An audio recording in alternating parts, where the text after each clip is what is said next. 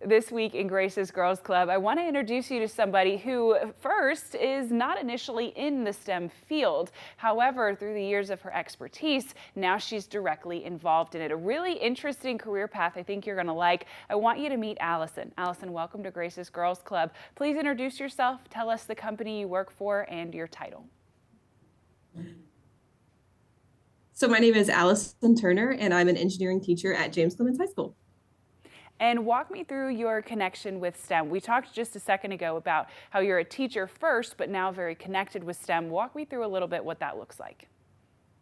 Yeah, so as a teacher, I kind of do STEM every single day because I'm an engineering teacher. My degree is actually in chemistry education, but I teach engineering. So I am doing all the STEM stuff all day with all the kids, but teaching is inherently like a liberal arts degree. So I kind of do both.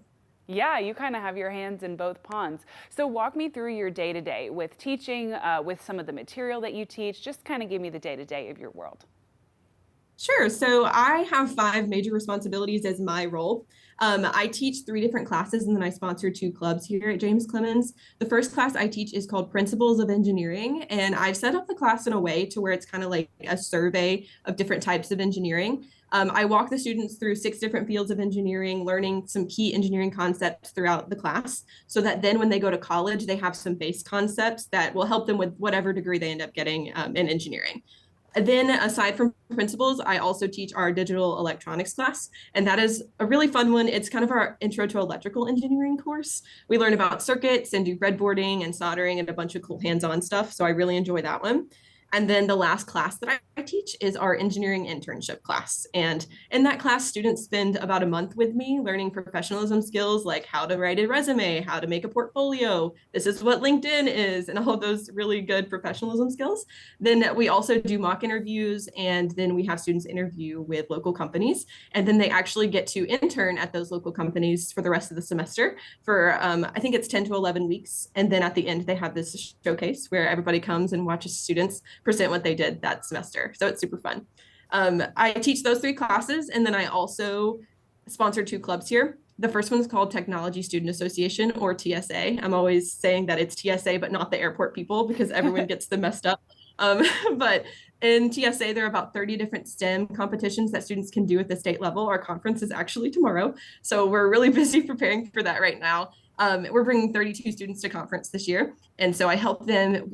Things range from forensic science to engineering design to CAD. There's a lot of different things you can do in TSA. And then the last one is our SWE Next Club, which SWE stands for Society of Women Engineers. I work with our local North Alabama SWE chapter to bring in guest speakers once a month, and we eat snacks and we talk about being women in STEM, and they kind of share their stories and what they've done with SWE. So those are my major responsibilities. Wow, and each one of those is major and very numerous. You go, girl. Thanks. I'm a busy person. It sounds like it. It sounds like it. So obviously the E for engineering in the term STEM applies heavily to what you do. But do you find yourself using the science, technology, and math components often as well? Absolutely. So I always say that teaching is a science in itself, because in every science experiment, you have a set plan and then you go in and things go wrong and you have to adapt all the time. Teaching is the exact same way. You go in, every teacher, they have a plan, I promise, and then something happens, no matter what it is, and then you have to just keep trying.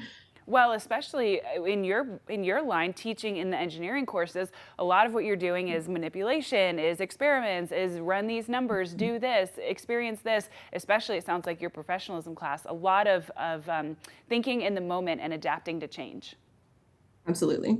So you kind of touched on it a little bit earlier. You said you have a chemistry degree, but let's say I'm a little girl at home. I hear what you're having to say. I'm like, wow, this is really cool. This might be something that I want to do. Walk me through educationally how you got to where you are, but then also what advice you might have for someone looking to follow in your footsteps.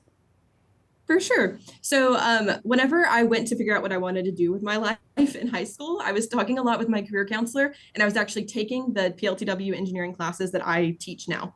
So I thought I wanted to be an engineer, so I took classes in engineering in high school. So first of all, advice, if you think you want to do something like that, try out the career tech courses at your high school. Alabama has the best career tech in the nation, so definitely try a couple different things. But I went to my career counselor and we thought that you had to be an engineer in order to teach engineering classes because ultimately I knew I wanted to be a teacher. I just didn't know what I wanted to teach. And she told me, or we thought together that you couldn't do that. So I chose the next best thing, which was chemistry education because I really enjoyed my AP Chem class in high school.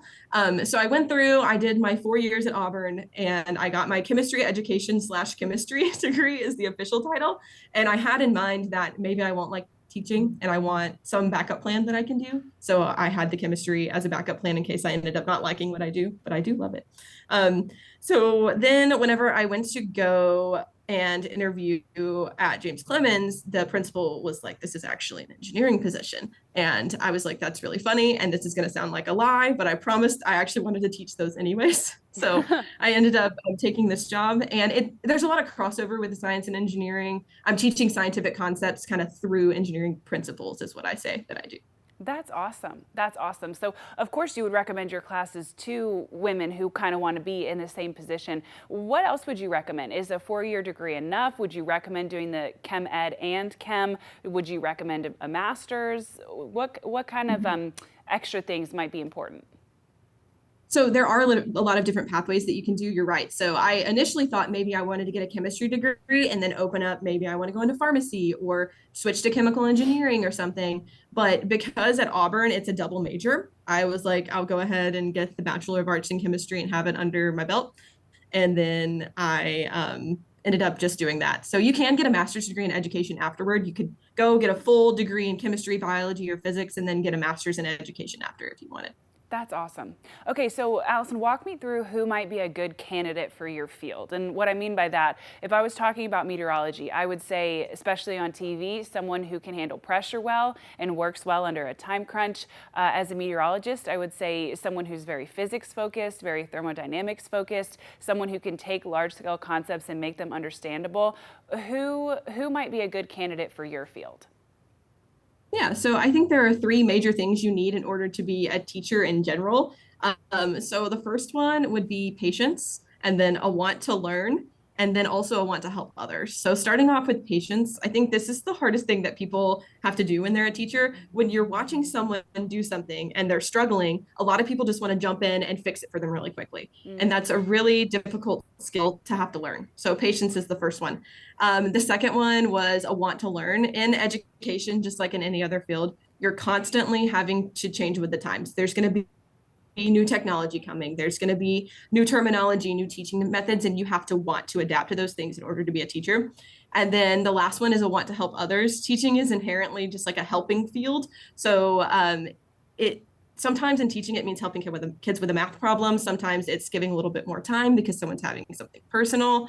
And then sometimes it just means listening to someone complain about their problems. So I do all those things on a daily basis. So you have to want to help people.